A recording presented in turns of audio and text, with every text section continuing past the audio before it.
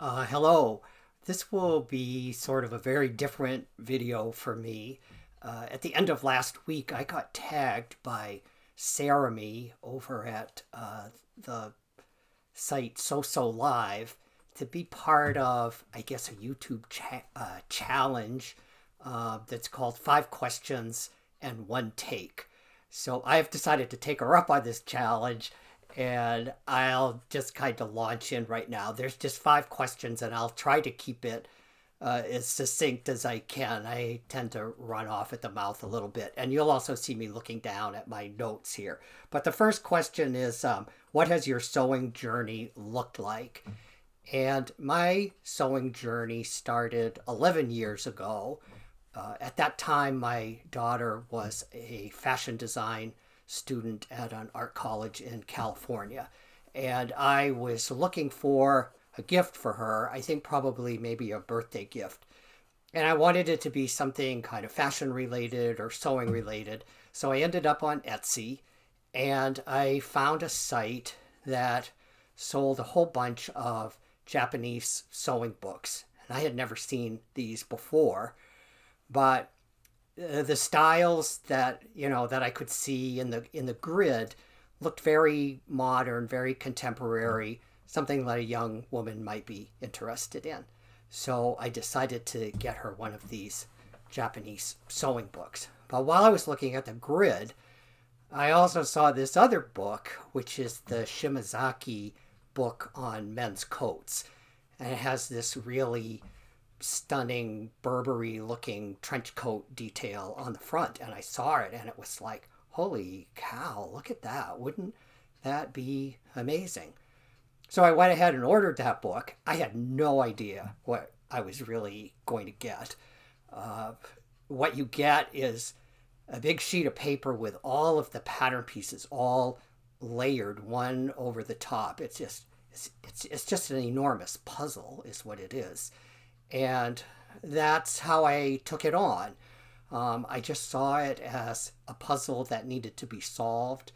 I needed to kind of convert all of the centimeters into inches. I found a few sites online that were like translation sites for some of the Japanese so that I could understand a little bit about the book. But primarily, it's very much like IKEA in that it's all done through diagrams. And by following the pictures, you are able to eventually put the coat together. So I started with the duffel coat in that book. And at that time, I used to get to go to New York City maybe, I don't know, 2 or 3 times a year. But I was always doing just the touristy stuff, going to museums, going to Chinatown, looking at the holiday windows on Fifth Avenue, that sort of stuff. I had never been to the garment district. But after I got this book, I decided that the next time that I went to the city, that I would explore the garment district to find all the components that I would need to make this coat. So armed with probably a little 3x5 card that told me how many yards of this and that I needed, I went to the garment district and got all of the supplies that I would need and brought them home and eventually ended up making the duffel coat. And after that experience, I was just totally hooked. I decided that I wanted to make all the coats in the book. They're really beautifully drafted. And I thought, well, I guess I'll just start a blog. At the time, I was following Peter Lappin's blog over at Male Pattern Boldness. I still follow, although he doesn't post as often anymore. But he was a huge influence and a huge supporter of what I was trying to do. And I started a little blog that I have always referred to as sort of my little breadcrumb trail. It really wasn't so much about the end product. It was about how I got there, some of the little mysteries that I solved making these Japanese coats. And just one project just naturally led to another, and I'm still going all the time. I'm almost always making something. So that's a little bit about my sewing journey. The next question is to describe your sewing space. Well, I live alone, and I live in a very small, very old house on the coast of Maine. And I have a little sewing space in sort of the upstairs hallway. And it's very tiny. I decided before making this video that I would measure it. It's 5 feet wide and it's 13 feet long. And I have a couple of IKEA desks or tables in here and my ironing board. And I just have to make this space work. And I have found that I can work in this space. Sometimes I have to get really creative about what I'm doing, but somehow I make it work. I think that's what sewists do. We're problem solvers and we can make it work. As far as neatness and messiness, I will admit to being one of the messiest sewers out there. I always start out with good intentions. When I cut out a project, I, make sure that I throw all my scraps in the waste bin. But after that, it's just it's a downhill slide. It just totally goes out of control. Anybody who has followed the blog or sees what I do on Instagram knows that I do a fair amount of tailoring and that I baste almost everything. So there's always basting thread everywhere, clippings, all kinds of stuff. It just turns out to be an enormous mess. Everything ends up on the end of my ironing board in a big pile. But it's how I work. Somehow it all comes together. At the end of the project, I clean everything up. I scour the floor to find all the pins that I've dropped. And then I vacuum everything up and start my next project. So that's my sewing space in a nutshell. All right, the next one is, what is it like to be a sewing YouTuber? Well, I have to say that I never really intended to be a sewing YouTuber. What happened was I was contacted by the Couture Club of Chicago, and this was last year, and they wanted me to put together a tailoring presentation for their club, and that was going to be in July. It happened in July. And of course, due to the pandemic, this was all going to be happening over Zoom. And I was honored that they would even consider asking me to do a presentation for them. So it became clear that I was going to have to make some videos to go along with the talk that I was going to give them. So I went out and got the stuff that you need to do that. I got a video editing program, a webcam, one of those crazy lights, a microphone, all this gear, and ended up making, I think, 3 videos for their presentation. And while I was working on that, David Page Coffin, who is like a giant in the sewing world, died unexpectedly. And wow, I don't know what to say. He was, even though I never met him, his books had an enormous influence on me. And there were outpourings from many of the people that were associated with him. He was an editor at Threads magazine for a long time, and a lot of the people that worked with him at Threads wrote pieces about him. And one that really kind of hit home for me was by Marcy Tilton, and she described a time in her career where he told her to just go out and claim her territory. And that really kind of struck home with me. And I just thought, if I'm going to be making all of these videos, then I should just go out and claim my territory and put them out there. So that's how I started my YouTube channel. Um, it's maybe not a channel for everyone, but I think that on YouTube there is a place for everyone. I had always thought that there was maybe too much content, or that I really didn't have anything to add. And you know what? It doesn't really make any difference, because I truly believe that somewhere, someone out there is looking for a bit of knowledge that you have. And they just might find you on YouTube. You just never know. So, so I don't have a whole lot of videos on my channel. I don't post that often. I post as I'm working through my projects. If I'm doing something that I think is of value or could be of value to someone else, then I will set up all the gear and make the video and throw it up on the channel. But that's me and YouTube. The next question is, what is your most memorable project? Okay, this one is super easy for me. In part of my sewing journey, I had wanted to make a kilt, and I did go ahead and make my own kilt. And my son was engaged. He was married 4 years ago. And when he became engaged, he came to me and he asked me if I would make a kilt for his wedding.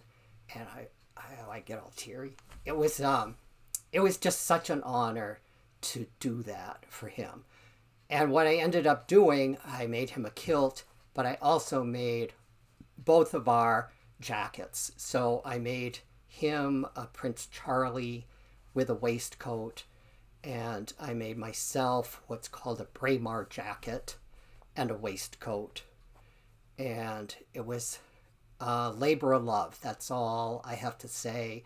It was certainly the high point of my sewing experience up until now.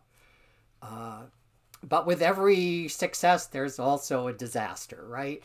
So my biggest disaster actually came out of the Japanese coat book, and it was the pea coat. And there's so many problems, I don't know where to start. First, I thought that I had scored this enormous bargain on some wool fabric in New York. And I got it home and was preparing it to cut it out. And it became obvious that it really was probably only like 5% wool and 95% polyester. It turned out to be really horrible fabric. And, I couldn't press it well. It wouldn't steam. I should have just jumped ship. But I went ahead and I made the whole pea coat. And in the end, I hated it. And I never wore it. The fabric started to pill under the arms. And another thing that I learned was that it just wasn't the right style for me.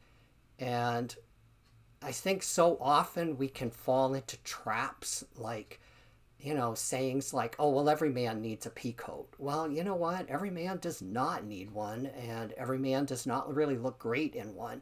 And I certainly did not look good in it. The big collar and the double-breastedness of the whole thing is just not my style.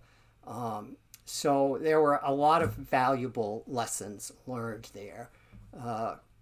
First, bargain fabric is not always a bargain.